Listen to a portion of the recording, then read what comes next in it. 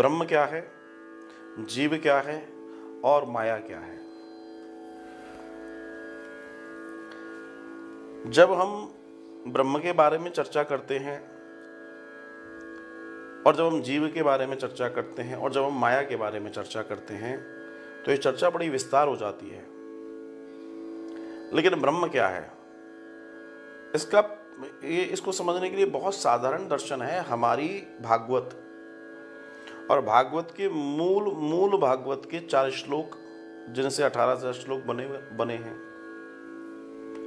पहला श्लोक अहमेवा समेवाग्रे वाला जो है, उसमें भगवान ने अपना परिचय दिया है, मतलब ईश्वर का, ब्रह्म का परिचय दिया है। तो ईश्वर कहता है ये जगत मुझसे है, मैं इस जगत में हूं, मैं निर्माण करता हूं, मैं बनाता हूं, मैं बनाए रखता हूं। अच्छा, ये कोई और करता हो तो उसको भी सामने लाया जाए। तो भगवान कह रहे हैं मैं ही करता हूं। अगर आपकी नजर में ऐसा है कोई और भी करता है तो उसकी बात हो जाए। तो भगवान कहते हैं जो भी दिख रहा है ये सब मैंने बनाया है और एक दिन ये सब मुझ में समाहित हो जाएगा। कैसे? आप इतनी माटी ले लीजिए, उसको गूंद लीजिए, उस माटी के आप गुड्डे गुड़िया, हाथी, घोड़ा, पंखा, मकान उस मिट्टी से बनाइए, छोटा छोटा बना लीजिए। तो जब आपसे पूछा जाएगा ये क्या है, तो आप कहेंगे ये गुड़िया है, ये कुत्ता है, ये गधा है, ये हाथी है, ये मोर है, ये कबूतर है। ऐसे कहेंगे ना आप। काहे के हैं? मिट्टी के हैं। मिट्टी नहीं है, मिट्टी के हैं। तो आपने मिट्टी से कुछ बना दिया तो उसकी नाम बदल गया, स्थिति बदल गई। वो मिट्टी नहीं रही, वो मिट्टी के हो गए। अब वापस वो जो आपने तैयार किया है उन सबको वापस आप गला दीजिए, पानी में डुबो दीजिए। जब आप पानी में डुबोएंगे तो वो गल जाएगा। फिर आपसे कहा जाए भाई वो गधा कहां गया, आप कहेंगे वो तो मिट्टी हो गया।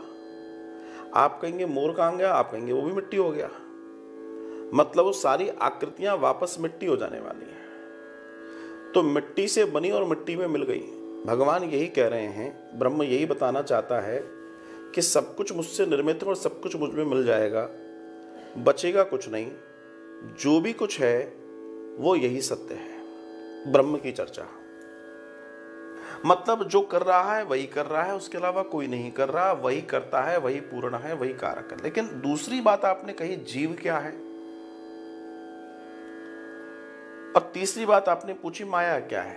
तो दूसरे श्लोक में वे कहते हैं ऋतेतम त प्रतीयेत च प्रतीयेत चात्मनि, अर्थात जो दिख रहा है वो कुछ और है। मतलब जो है वो दिख नहीं रहा, जो दिख रहा है वो कुछ और है, यही माया है। माया जो है उसे दिखाती नहीं है, और जो दिख नहीं रहा वही माया है। जैसे अगर मैं अपने टेलीविज़न पर कोई फिल्म देख रहा हूँ, कोई पिक्चर देख रहा हूँ, कोई धारावाहिक देख रहा हूँ, कोई चित्र देख रहा हूँ, तो माया ने हमें वो दिखाया। लेकिन टीवी को तोड़ दोगे, खोल दोगे, पर्दे कर दोगे, वो जो आपको दिखा था वो उसमें दिखाई नहीं देगा। दिखेगा क्या? नहीं दिखाई देगा। तो जो है असल में वो देख नहीं पा रहे, उसके अंदर वो पूरे मदरबोर्ड और वो सारी चीजें वो हमको दिखती नहीं है। और दूसरी कंडीशन में जो है नहीं वो हमें दिखाई दे रहा है, इसे माया कहा गया। कुल मिला के माया के दर्शन में अगर हम जाएं तो माया भी भगवान का अंग है। जैसे मैं, मेरा हाथ, मुझ में जितनी ताकत है उसको रिप्रेजेंट मेरा हाथ कर सकता है। मैं अपनी हाथ से दीवार पर जितनी तेज मुक्का मारूंगा वो मेरी शक्ति कहलाएगी। मारा किसने? हाथ ने, पर शक्ति तो मेरी कहलाएगी। हाथ की शक्ति तो बाद में कहलाएगी। तो जितनी शक्ति मुझ में है उतनी मेरे हाथ में है। दोनों चीजों को अगर मैं समायोजित करूं तो तात्पर्य यह है कि जितनी भगवान में शक्ति है, जितनी मायापति में शक्ति है, उतनी माया में है। माया में और मायापति में अणु मात्र का अंतर नहीं है। माया भी उतनी प्रभावी है जितने मायापति प्रभावी हैं। इनको दोनों को अलग नहीं समझना चाहिए। जीव,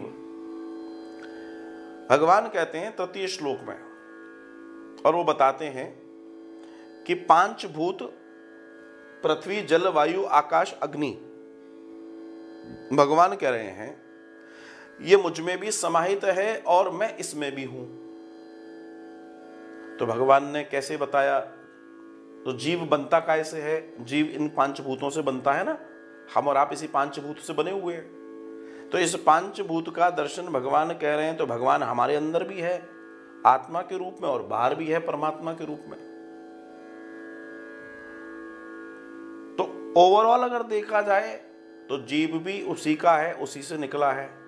लेकिन जब पंचभूत मिल जाता है तो वो विशेष हो जाता है, चाहे वो हमारा शरीर हो चाहे वो पशु का शरीर हो। इसे जीवात्मा कहा गया। इसके बाद भगवान ने चतुश्लोक में बताया कि कैसे माया से निवृत्त हुआ जाए। तो भगवान ने कहा जो मेरे करीब आता है वो माया से बच जाता है। सॉल्यूशन भी दे दिया। धन्यवाद।